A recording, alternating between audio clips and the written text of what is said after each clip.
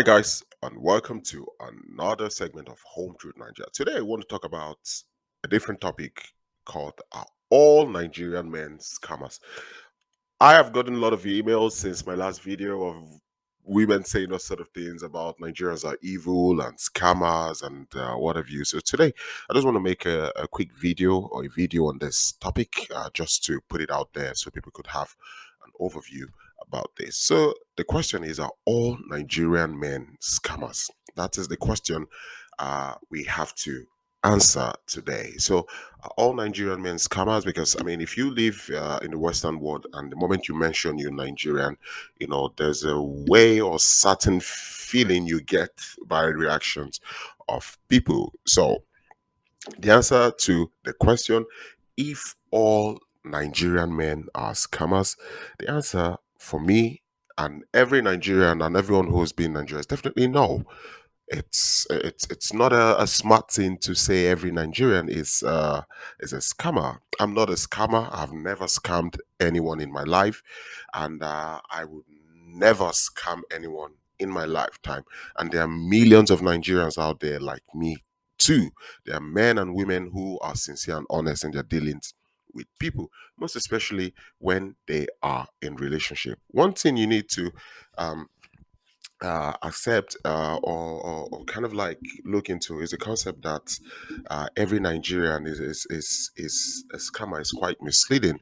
It's not the proper thing to generalize every Nigerian into this category. The simple thing is that if you live in Nigeria, you would understand that scamming is a serious offense in Nigeria. And as a nation, the Nigerian government is working tirelessly to track and crack down, these scammers who are bringing the Nigerian name to disrepute. And it's important to also know that scamming, when caught, is punishable under Section 419. Yes, I guess some of you are familiar with the name 419. People who they say are involved in 419 scam, or what people call Yahoo boys, who scam you through romance and other means just to extort your money. It's important to understand that if they are caught, uh, uh, the Section 419 in Nigeria, puts them under serious offense of them spending jail time. They can get a maximum jail time of 3 years, if not more. So it's important to understand that the Nigerian government they're taking measures to combat these scammers, and one organization in Nigeria that is doing everything possible, to help reduce or stop scamming is the EFCC, which stands for Economic Financial Crime Commission. In a nutshell, the EFCC, they are trained anti-fraud unit, that helps to track down these scammers and other fraud related activities might have been carrying on before bringing them to court to face justice for crimes they have committed.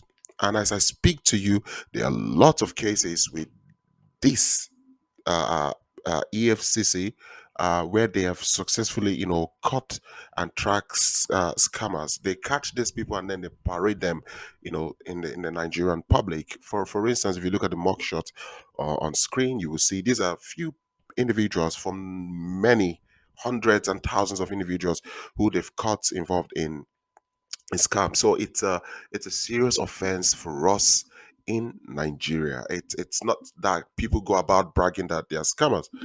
So if you are a lady, you're dating a Nigerian guy online, or you're probably dating him physically, and you get scammed in the process, or one way or the other, you kind of like feel scammed or played in the process, there are appropriate ways to go about it. There are ways you could go about it. Don't just let it go and cry and say, "Oh, I leave you for God," and all of that. No, in this position, you have to put on your boxing gloves, and you have to fight. You need to fight to make sure that this particular individual is brought to the books, and you use this person as an example. And one way you can do that is to effectively report them to the EFCC. On my screen, you will see the contact of EFCC. You could reach them via email or on this in info at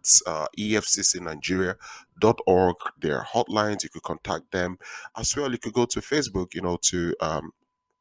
to write them. Before you do that, I would always advise you to have enough information and proof that you actually were in contact with this person, pictures, proof that you actually were sending money. Just correspondence between you both. It's very very important that you have all of these things with you, just to show that you were truly played and scam. Please, I would advise you to be sincere when dealing with them. Don't go there because probably you had a sour relationship and everyone went their separate ways and you want to get revenge. Go there if truly you were scammed and played. Another organization you can actually reach is the Human Rights Defenders and Access to Justice Advocacy Center. They are in Nigeria. You could always reach them on this telephone number, or you could contact them as well on email at info at hrdac.org.ng, or you could go to their website, and see and write or contact them. They would help you bring justice to this individual if you make complaints. Again, I emphasize, be 100% sincere when you lodge a complaint or a report. Be 100% sincere.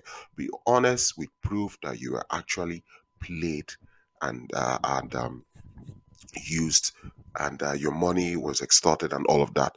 Don't go there if probably this person didn't scam you but just ended the relationship, because they would not listen to you. So again, you have to be 100% sincere, and you must have sufficient proof to buttress your case.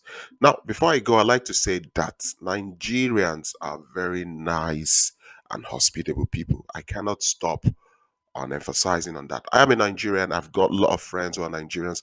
I live in the diaspora. I know a lot of people who are married, dating, and I've been with Western women for years, and they have no problem. Nigerians are raised with respect, structure, culture, and the fear of God. So I know in every good apples there are bad apples, just like in every society. I live in the Western world. Sometimes I experience racism for being a black male, but I would not say because some people discriminate me because of the color of my skin.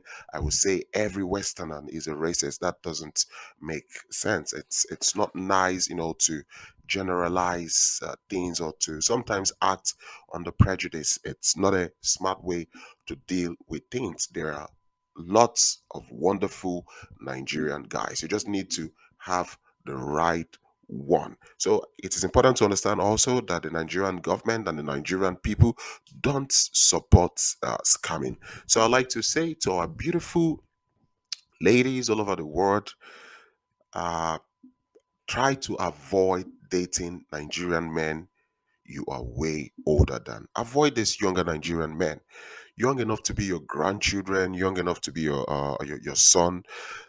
If it works in your society, in the Western society, which it does sometimes, it's not something that works in the African society. It is totally frowned on in the African society. So sometimes it breaks my heart when I see, senior citizens or women who are supposed to be enjoying their retirements, being swindled or played to uh, giving all their savings or life, whatever you, to people all in the name of love online dating. It breaks my heart to see this. So to avoid all this trauma in future, I always advise you, date within your age bracket. Date within your age bracket. I understand it's difficult to find a Nigerian man in his 40s, 50s, 60s who is single, because Nigerian men, is difficult to find a Nigerian man within that age bracket who is single. Nonetheless, there are still some who are single. So if you want to date and you're interested in dating Nigerian men, look for men within your age bracket to avoid all the stories or trauma or heartbreak. Again, I want to say thank you guys, for listening, and I would always say, please share, like, subscribe. And again, if you want to comment respectfully. I wish you all a lovely weekend. This is it for me, Home Truth Nigeria. See you soon. Ciao.